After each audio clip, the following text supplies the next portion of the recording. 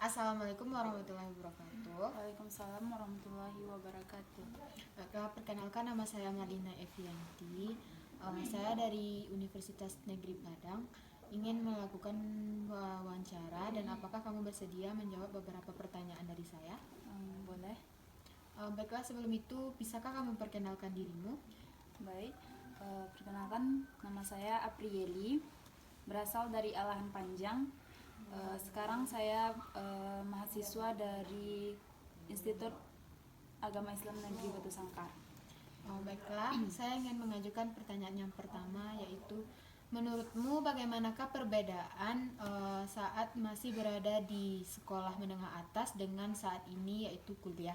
Apalagi saat ini kita menjalankan kuliah secara online. Baik. Menurut saya belajar secara daring dulu ya. Kalau secara daring itu mungkin kita lebih banyak tidak fokus gitu. Soalnya karena daring ini, contohnya kita belajar statistik, kita lebih tidak memahami apa yang kita terima dari pelajaran tersebut. Karena kalau tidak secara langsung kita belajar dari statistik tersebut, kita tidak akan memahaminya. Karena rumus-rumus yang diajarkan itu tidak bisa kita cerna secara daring, karena sedangkan secara langsung saja kita tidak bisa memahaminya, apalagi secara daring. Ya, baik kita belajar secara daring, contohnya kayak belajar di YouTube. Meskipun kita belajar di YouTube, pasti kita tuh lebih pekanya kita belajar dengan dosen itu lebih seret gitu, lebih efektif rasanya gitu daripada belajar daring. Karena kalau dari YouTube tersebut, meskipun kita lebih kencangnya itu ke pendengaran atau lebih fokus ke gambar atau gimana gitu, tapi kita tuh lebih bagusnya kita itu dosen secara langsung. Kita bisa pula kita belajar bertanya gitu, dimana kita yang tidak mengerti atau yang lainnya.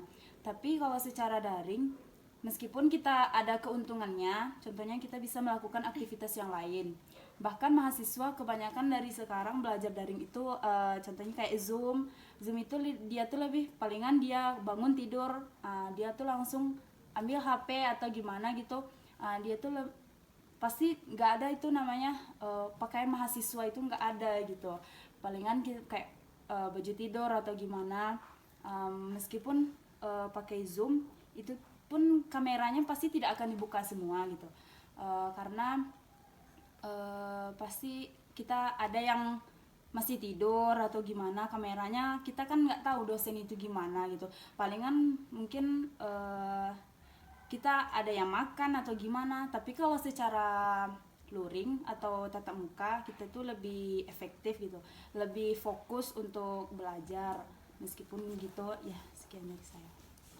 Baiklah, pertanyaan yang kedua, apakah setelah memasuki kuliah saat ini kamu langsung mengikuti organisasi atau bagaimana?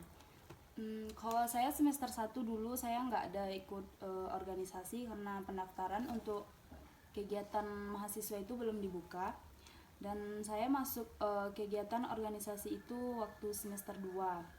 Dan saya mengikuti salah satu organisasi, yaitu HMJ, Himpunan Mahasiswa Jurusan gitu. Oh, pertanyaan ketiga, yaitu setelah kamu mengikuti organisasi, apakah kamu sudah merasakan perbedaan ketika sudah memasuki organisasi, seperti perubahan pola pikir dan bagaimana kamu mempraktekkan itu dalam keseharian? Saya kalau mengikuti organisasi itu bagi saya itu penting sekali rasanya, karena untuk melatih keahlian kita itu tidak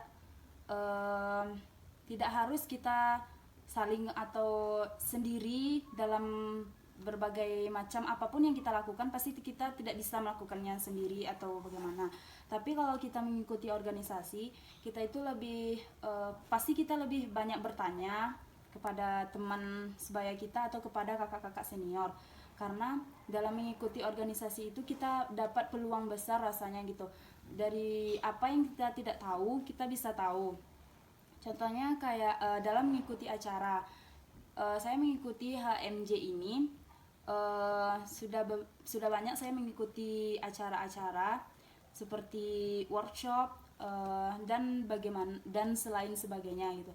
Karena dalam organisasi ini bukan saja kita mengikutinya secara ikut-ikutan dari teman-teman, tapi emang kesadaran diri sendiri gitu.